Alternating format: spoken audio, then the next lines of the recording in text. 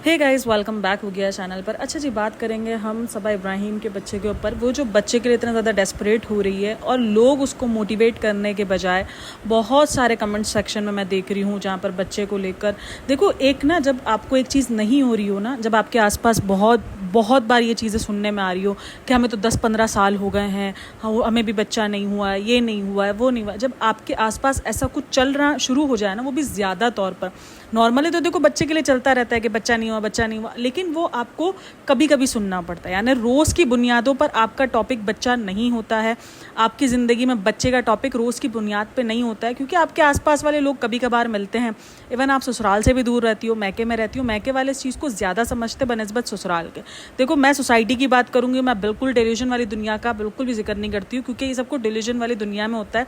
अब तक सिर्फ 10 से 15 परसेंट लोग हैं जो सुधरे हैं, बाकी अब भी अदरवाइज ससुरालों में बच्चे को लेके सुनाना करना वो सब नॉर्मलाइजेशन है, क्योंकि उनको लगता है इनका हक है। ये बहू को जो ना अपने हक समझ के सुनाते हैं कि वो अगर बच्चा पैदा नहीं कर पा रही तो उसका सुनना फ़र्ज़ है ना, वो सुनेगी, वो बच्चा क्यों नहीं पैदा कर पा रही है। तो ये आजकल के दौर में चलता ही है और ये गलत है। आपकी बहू लेकर आए हो बच्चा पैदा करने की, सबसे पहले तो ये मानो कि वो मशीन नहीं है। अगर किसी को किसी भी वजह से बच्चा नहीं हो पा रहा, चाहे वो कोई मेडिकल रीज़न है, चाहे वो कोई नहीं, अल्लाह की तरफ से देर है कि सब कुछ ठीक होते हुए भी काफ़ी लोगों को बच्चे नहीं हो पाते, क्योंकि वो अल्लाह की तरफ से देर होती है ना। अल्लाह पाक ने लिखा हुआ है कि किसको कब बच्चा देना है, कब नहीं देना, वो सब अल्लाह पाक का लिखा हुआ होता है, ठीक है। तो अगर किसी को अल्लाह पाक की तरफ से देरी हो रही है, सब कुछ नॉर्मल है, उसने अपना इलाज वगैरह करवा लिया, लेकिन लोग इस बात को नहीं समझते, ससुराल वाले इस बात को नहीं समझते। मुझे लगता है कि जब आप एक सोशल मीडिया पर्सन हो ना, तब आप अपनी ये जो बहुत ज़्यादा इमोशनली चीज़ें होती है ना, उसको अपनी लोगों से दूर रखो। ये नहीं कि आप छुपा लो, भाई ठीक है, हम अपना इलाज करा रहे हैं, हम कुछ चीज़ें प्राइवेट रखना चाहते हैं। अब इसने अपनी जो डेट है वो भी इसने शो कर दी है कि ब्लोटिंग चल रही है। अब वो लोग जो है ना, अब ये ब्लोटिंग वाली डेट ये तो करके भूल गई है, लेकिन लोग याद रखेंगे। लोग अब इसको हर महीने जज करेंगे इस ब्लोटिंग की डेट पे कि यार इसके ब्लोटिंग की डेट है, क्या इसको दिन चढ़े, वो उस टाइम पे देखेंगे ना, जैसे वो लो फील करिए फ़ौरन लिखा आ जाएगा सब आप ये प्रेग्नेंट हो, सब आप ये प्रेग्नेंट हो। लोग करते हैं ऐसा, भाई ये तुमने सोशल मीडिया पे अपलोड किया। तो कुछ चीज़ ऐसी होती है जो सोशल मीडिया से दूर रखनी चाहिए, जैसे कि आप अपनी लड़ाई फड्डे सोशल मीडिया से दूर रखते हो। आपके भाई और आपके दरमियान इतना कुछ पंगा हुआ, आपकी व्लॉग से दिखता था कि पंगा हुआ है, लेकिन आपके मुंह से कभी नहीं निकला कि हमारा कुछ पंगा चल रहा है भाई के साथ। क्यों? क्योंकि आपको पता था ये बहुत बड़ी कंट्रोवर्सी बन जाएगी, बहुत सारी बातें होंगी, मैं ये सोशल मीडिया पे हम अपलोड नहीं कर सकते। इसी तरीके से आप लोगों के लिए मोटिवेशन ज़रूर बनो, लेकिन पहले जब खुद उस चीज़ से पार हो जाओ उसके बाद, क्योंकि यहाँ पर अगर आपको 10 लोग मोटिवेशन देंगे तो 15 लोग नेगेटिव बात ना भी करें तो भी इस तरीके से थॉट्स देंगे कि हमें 15-20 साल बच्चे नहीं हुए, हमें ये नहीं हुआ, हमें वो नहीं हुआ, तो इंसान और डिप्रेशन में जाता है। मैं ना अभी निदा सुफियान की वीडियो देख रही थी, जहाँ पर उसने अपनी ये PCOS की ना जर्नी शेयर की है कि मुझे PCOS था और उसको किसी डॉक्टर ने कहा था कि उसको 25 साल के बाद बेबी नहीं होंगे, ये सारी चीज़ें। ये जो एग फर्टिलाइजर वाला जो सीन है ना, ये अभी रिसेंट 2-3 सालों से निकला है, क्योंकि मुझे सेम इशू था, एग वाला ही मेरा सेम इशू था कि मेरे एग की क्वालिटी भी अच्छी नहीं थी, ना मेरे एग्स क्वांटिटी अच्छी थी, ना मेरे एग्स की क्वालिटी अच्छी थी, ना ही मेरा एग्स जो है वो फर्टाइल होता था। यानी एक ना एग का वेट होता है, वो उस वेट का हो तो ही वो बच्चा कैरी कर सकता है, वरना वो नहीं कर सकता है। अदरवाइज़ वो गंदी क्वालिटी के होते हैं, वो नहीं कर पाते हैं एग ना, वो ज़ाया ही हो जाते हैं। तो मेरे साथ सेम इशू था, PCOS ही था मुझे एक तरीके से नहीं था ही मुझे तो। लेकिन उस टाइम पर नहीं, ये फर्टिलाइजेशन के लिए ये सारे तमाशे नहीं होते थे, मैं इसको तमाशा ही बोलूँगी, क्योंकि जैसे जैसे आगे बढ़ रही है ना चीज़ें, वैसे वैसे डॉक्टरी की लाइन बहुत अच्छी भी जा रही है, लेकिन एक तरफ आपको इतना डाल देते हैं ना इन सब चीज़ों में कि आप पागल हो जाते हो। मतलब डे बाय डे, एक दिन छोड़कर एक दिन आपको जाना पड़ता है अल्ट्रासाउंड वगैरह के लिए, बहुत सारी चीज़ों के लिए आपको जाना पड़ता है, एग को दिखाने के लिए, बार बार एग को दिखाने के लिए जाओ, एग की क्वालिटी चेक करनी है, ये करना है, वो करना है।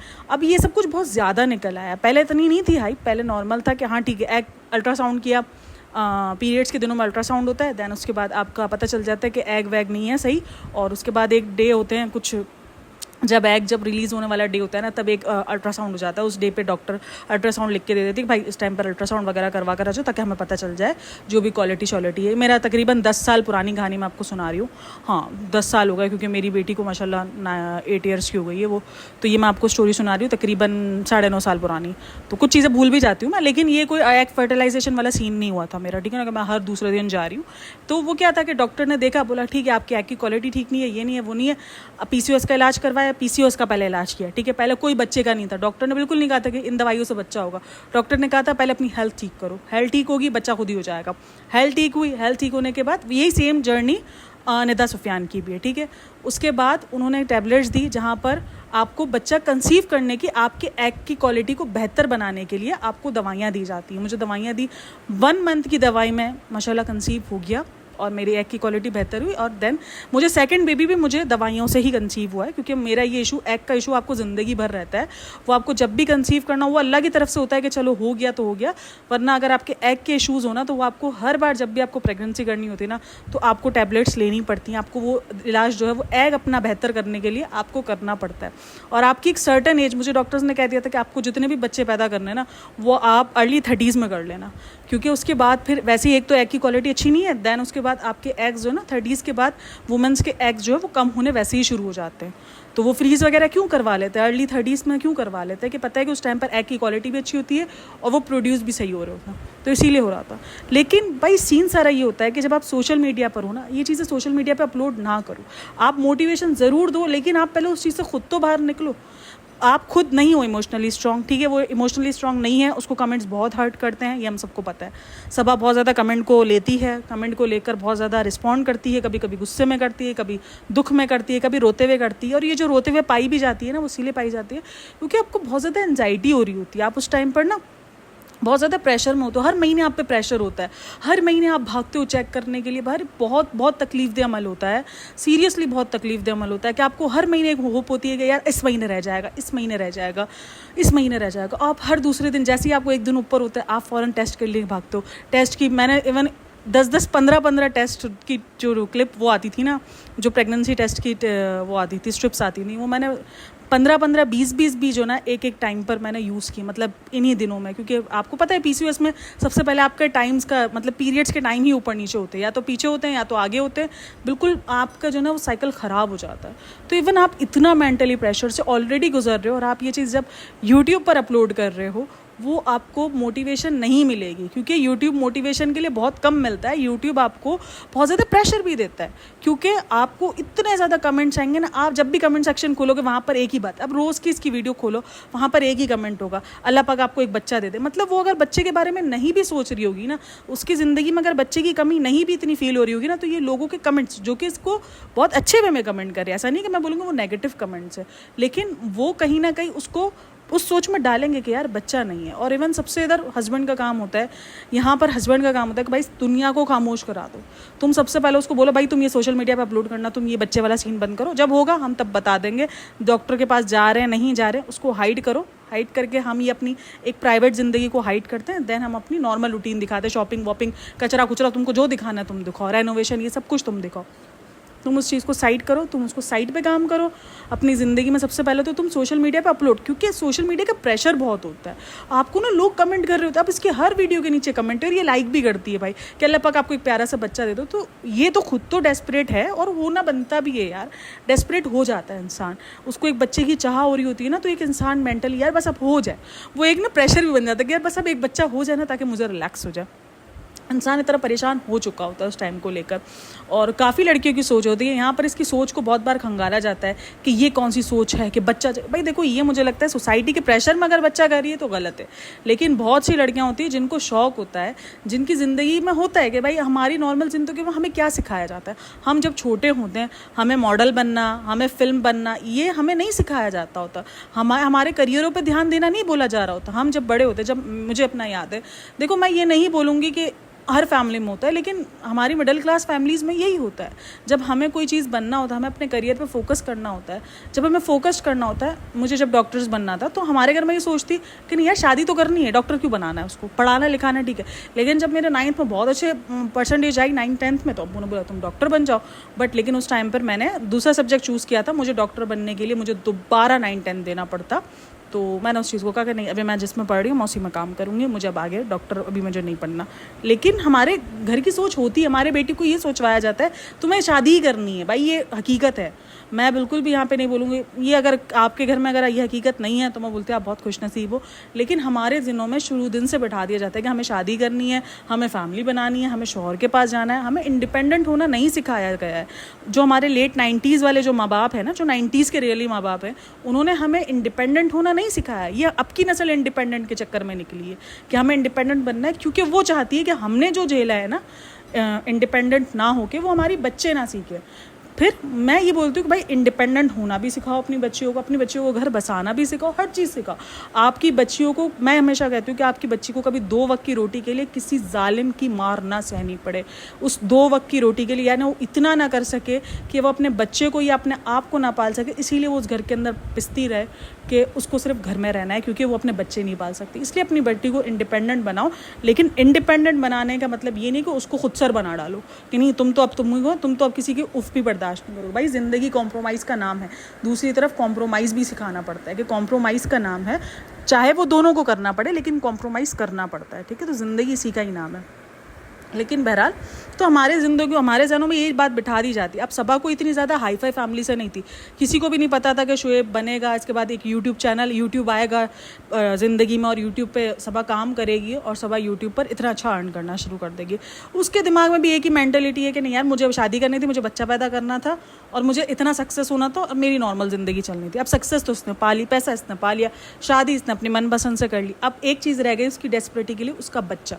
अब वो बच्चे के लिए वो डेस्परेट है और वो नज़र आता भी है, और वो खालिद भी जितना भी बोल ले, क्योंकि आपका अल्फाज और आपका चेहरा दोनों एक जैसे नहीं है। आप बोलते ज़रूर हो कि बच्चा नहीं चाहिए, लेकिन आप किसी को चुप नहीं करवा सके हो आज तक कि ना बोलो मेरी बीवी को, जब होना होगा बच्चा हो जाएगा, तुम चुप नहीं करा सके हो। मैं उसको ये देख रही हूँ भाई, निदा सुफियान ने उस टाइम को झेला, वो उस टाइम पे भी व्लॉगिंग करती थी, लेकिन वो उस टाइम पर उसकी व्लॉगिंग के अंदर वो सारी चीज़ें मैंने ढूंढी हैं। मैं उसके पुराने व्लॉग्स देखे, मैंने कि शायद उसने पुराने व्लॉग्स में कभी कहा, मैंने 2-4 व्लॉग्स देखे, मुझे नहीं मिला है। लेकिन अगर आप देखा हो, अगर आप में से कोई उसको फॉलो करता हो और अगर आपने देखा हो कि उस टाइम पर उसने ये सब कुछ शेयर किया हो, क्योंकि आई थिंक सो उसने ये सब कुछ शेयर नहीं किया, और इसने इसीलिए शेयर नहीं करा कि भाई रोज़ की टॉपिक पर मैं रोज़ का ये नहीं झेल सकती कि बच्चा बच्चा बच्चा बच्चा, क्योंकि वो एक तो आप ऑलरेडी प्रेशर में हो बच्चे को लेकर, ऊपर से आपको ऑडियंस भी दे रही है बच्चा लाओ, बच्चा बच्चा, आपको एक अल्लाह बच्चा दे दे, एक अल्लाह बच्चा दे दे, एक अल्लाह बच्चा दे दे। अरे भाई बच्चा ना हो गया, पता नहीं क्या हो गया, हो जाना है यार, हो जाएगा, ज़िंदगी है। आप डेस्परेट हो, आपकी अपनी ज़िंदगी, आपको लग रहा है कि नहीं मुझे मेरा बच्चा चाहिए, आप उसके लिए खामोशी से कोशिशें करो। ये यूट्यूब आपको सिर्फ एक प्रेशर देगा, एक प्रेशर बिल्डअप करता जाएगा। आप एक यूट्यूब की जर्नी भी एक अलग संभाल रही हो, एक आपको ट्रोलिंग मिलती है बात बात पर, वो एक आप अलग झेल रही हो, क्योंकि इसके व्लॉग्स होते हैं ऐसे इस टाइप के, ठीक है ना। देन आप अपने आप को एक ऐड कर दिया बच्चे के लिए, बच्चा बच्चा, वो सिंपैथी नहीं है। तुमने बच्चे को as a sympathy card use किया है, बट बच्चा सिंपैथी कार्ड नहीं है, वो तुम्हारे लिए प्रेशर बन रहा है। तुम ही प्रेशर में रह रही हो कि यार मुझे इतना प्रेशर पड़ रहा है, लोगों के कमेंट सेक्शन के अंदर अल्लाह तुम्हें एक बच्चा दे दे, तुम कहीं भी जा रही हो आ रही हो बस तुम्हारे ऊपर बच्चा बच्चा बच्चा।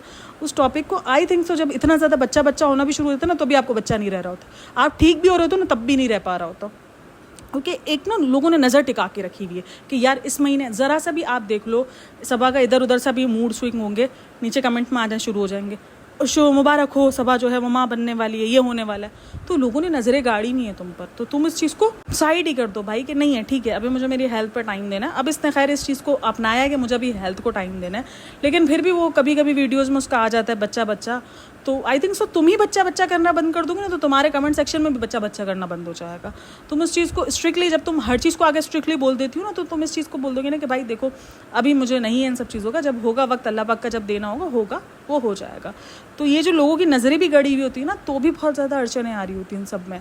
तो ये भाई मेरा मानना है कि आप जब कोई भी काम कर रहे हो, मैंने आप अपना इलाज भी करवा रहे हो, तो आप खामोशी से करवाओ।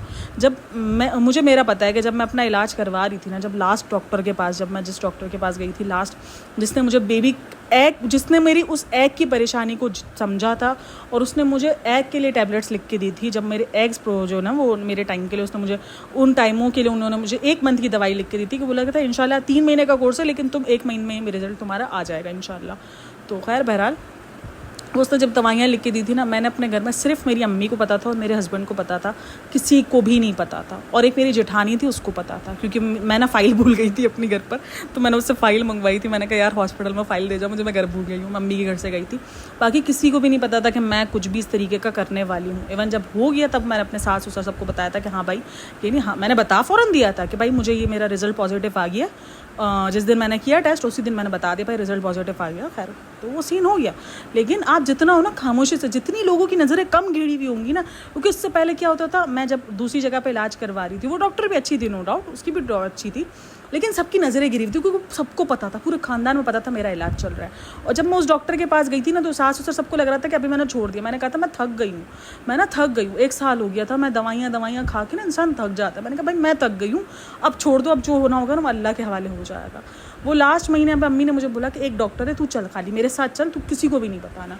वो किसी को भी नहीं पता था ना, किसी की नज़र ही नहीं थी। मैं ये नहीं बोलूँ कि नज़रें ख़राब थी, सब खुशी में ही जो ना वो सोच रहे थे कि यार खुशी है, एक आएगी घर के अंदर आएगी, तो वो एक खुशी होती है। लेकिन वो नज़रें जब तक गिरी हुई होती ना, तब तक मुझे लगता है कि नहीं हो पा रही होती चीज़ें। तो वो जैसे ही सबका उम्मीदें ख़त्म हो गई ना कि यार हाँ ठीक है अभी जब अल्लाह ने देना होगा हो जाएगा, वो जैसे ही गया ना सब उस पर, तो वो नज़रें जैसे ही हटी तो अल्लाह पाक ने कर दिया करम। तो ये होता है, इसीलिए अपने ऊपर से नज़रें हटवा दो बहन।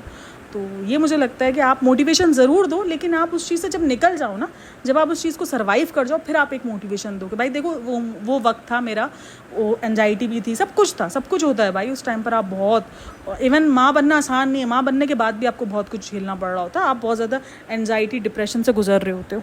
और अगर आप अपने प्राइवेट लाइफ को प्राइवेट रखोगे तो कोई आपको नहीं जज करेगा या आपको ट्रोल नहीं करेगा, कोई नहीं करेगा। लेकिन आपकी वीडियोस में हमें साफ नज़र आ रहा होता है कि आप सिंपैथी कार्ड खेलने के लिए आ जाते हो, विक्टिम कार्ड को प्ले करते हो, क्योंकि वो लोगों के जज करने का तरीका होता है। लोग बोलेंगे कि तुम जब अगर ये तुम रोने धोने ज़्यादा डालना शुरू कर दोगे ना यूट्यूब पर किसी भी चीज़ को लेके, वो ये बोलेंगे यार विक्टिम कार्ड प्ले कर रही है, विक्टिम कार्ड। तो इसीलिए उस चीज़ को मुझे कहीं ना कहीं लगता है कि यार सबा जो है वो उस चीज़ को अब थोड़ा पीछे रख कर और अपनी ज़िंदगी पे फोकस दे। ठीक है उसने ज़िंदगी में बहुत कुछ अर्न कर लिया है, खास करके पैसों के मामले में, लेकिन हेल्थ वो अर्न नहीं कर पाई है। इन सब में उसने अपनी हेल्थ गंवा दी है। पीसीओडी हो गया या पीसीओएस हो गया, उसमें सबसे ज़्यादा आपको जो वेट गेनिंग प्रॉब्लम होती है ना वो ही होती है, वो उसमें फ़ेल होती जा रही है। उसको बहुत ध्यान रखना पड़ेगा अपनी हेल्थ का, अपने आप को। अगर वो एक हेल्दी होगी ना, मैं बोलती हूँ अगर वो अपनी हेल्थ पे काम कर जाएगी ना, तो बच्चा इंशाल्लाह हो जाता है। ठीक है, वो अगर जितना पीछे भागेगी, जितना लोगों की नज़रें पड़ी होंगी ना इस बात पर, क्योंकि अगर वो डॉक्टर्स के पास भी जाती है तो वो उसका बनाती है व्लॉग कि मैं डॉक्टर के पास जा रही हूँ, तो सबको पता है वो डॉक्टर के पास क्यों जा रही है, सबको पता है उसको खांसी नज़ला नहीं है, वो डॉक्टर के पास क्यों, तो सब नज़रों पर बैठे होते हैं। वो हर महीने उसको जज कर रहे होते हैं बैठ के कि यार इसका ये रिएक्शन आ रहा है, इसको चक्कर आ रहे हैं, कहीं प्रेग्नेंट तो नहीं है। लोगों को है, अब तुमने वो क्यूरियोसिटी खुद लोगों में जमा की है ना, तो इसमें हम ये नहीं बोल सकते कि लोग ही गलत है। बाद में तुम बिल्कुल मोटिवेशन का जरिया बनो, तुम अपनी बिल्कुल पूरी बैठकर हिस्ट्री बताओ एक दिन कि भाई ये नहीं ये हुआ था, मैंने इतना स्ट्रगल किया। बिल्कुल तुम्हें यूट्यूब पे बताना है, तुम बताओ, तुम उस वक्त इमोशनल भी हो जाओ, लोग तुम्हें नहीं जज करेंगे। लेकिन हाँ अभी तुम्हें बात बात पे जज करेंगे, क्योंकि अभी तुम उस फेज में से गुजर रही हो। और मैंने ऐसे बहुत सारे व्लॉगर्स देखे हैं जो IVF भी करवा रहे होते हैं, जो अपना पीछे भी लगे हुए होते हैं बच्चे के, यानी ये जो एग वाला भी सीन हो रहा होता है उसके पीछे भी लगे हुए होते हैं, लेकिन वो खामोशी से होते हैं। उनको पता है कि यार ये यूट्यूब पर नहीं डालने जैसा है, क्योंकि लोगों की नज़रें टिक जाएंगी। क्यों नहीं बताया जाता 3 महीने से पहले, क्यों नहीं बताया जाता? क्योंकि पता है ना लोगों की नज़रें में आ जाते हैं, तो इसीलिए नहीं बताया जाता। इसलिए नहीं कि वो जेलेसी वाला फैक्टर होता है या हम समझ रहे होते हैं को हमसे जलन में आएगा, नहीं, लोगों की नज़रों में आता है, तो इसीलिए ये फ़र्क होता है। बहरहाल होप सो कि देखते हैं अब आगे क्या होता है। देखो भाई औलाद की नेमत बहुत बड़ी नेमत है। मैं ये नहीं बोलूँगी अगर आपको औलाद नहीं है तो आप पूरे नहीं हो, लेकिन एक औरत के लिए ना अगर उसको औलाद का शौक़ हो ना, तो और अगर वो मिडिल क्लास फैमिली से आई हुई हो जहाँ पर वो बताया हुआ ना उसके दिमाग में शुरू दिन से एक ही बात डली हुई हो कि तुम्हें अपनी ज़िंदगी बनानी है, तुम्हें बच्चा है, तुम्हारे लिए ये वो तो वो हो जाता है, नॉर्मली हो जाता है, आपके दिमाग में चीज़ हो जाती है, आप बच्चे के लिए पागल होना शुरू हो जाते हो।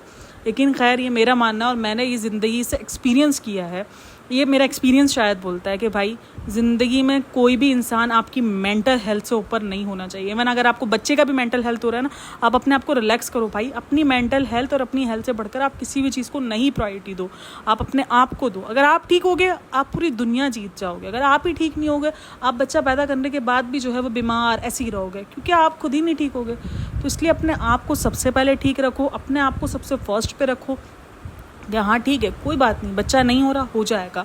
डेस्परेट होता है, एंजाइटी होती है, बोलना बहुत आसान होता है कि हाँ नहीं हो रहा ना, क्या है, बच्चा ही तो नहीं हो रहा।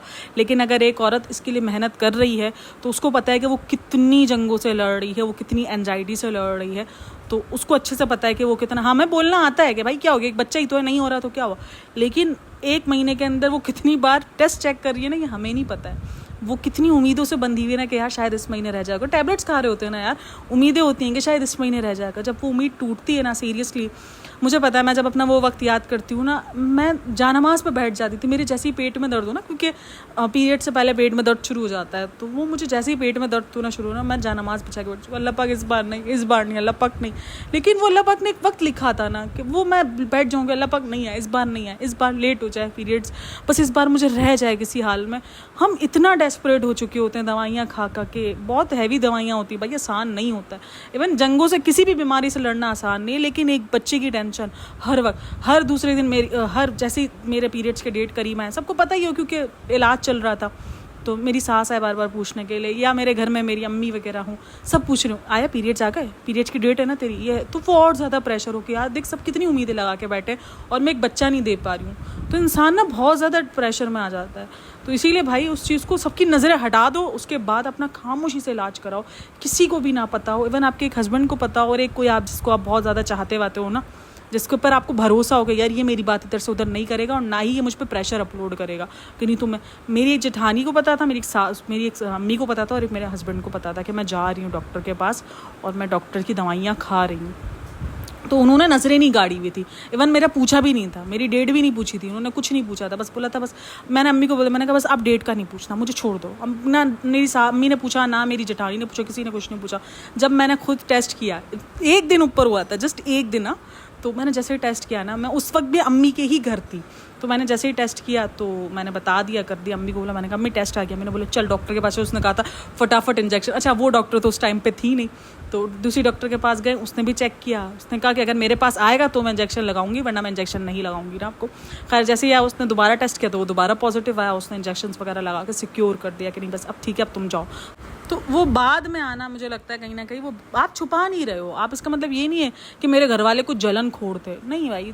मैं तो खैर उस वक्त में, मेरे तो सिर्फ घर वाले थे, यहाँ पे तो पूरी यूट्यूब जर्नी है तुम्हारी, 1.5 करोड़ की, कुछ 1.5 लाख 10 लाख 10-12 लाख की तुम्हारी आवाम है, एक तो 1.5 करोड़ और 10-12 लाख में मैं घूम जाता है। तो बहरहाल पता नहीं, मुझे ये लगा कि मैंने कहा इस टॉपिक को डिस्कस करना चाहिए और मुझे उन लड़कियों के लिए एक मोटिवेशन ज़रूर बनानी चाहिए जो ना उसके कमेंट सेक्शन के अंदर आ रही होती है, हमें 15 साल हो गए, हमें 20 साल हो गए हैं, हमें 10 साल हो गए हैं। तो भाई ये भी बहुत सारी वजहें होती हैं, सिर्फ एक ये PCOS वजह नहीं है कि आपको PCOS की वजह से ही बच्चा नहीं हो रहा, बहुत सारी वजहें होती हैं और सबसे बढ़कर किस्मत में लिखा होता है किसको।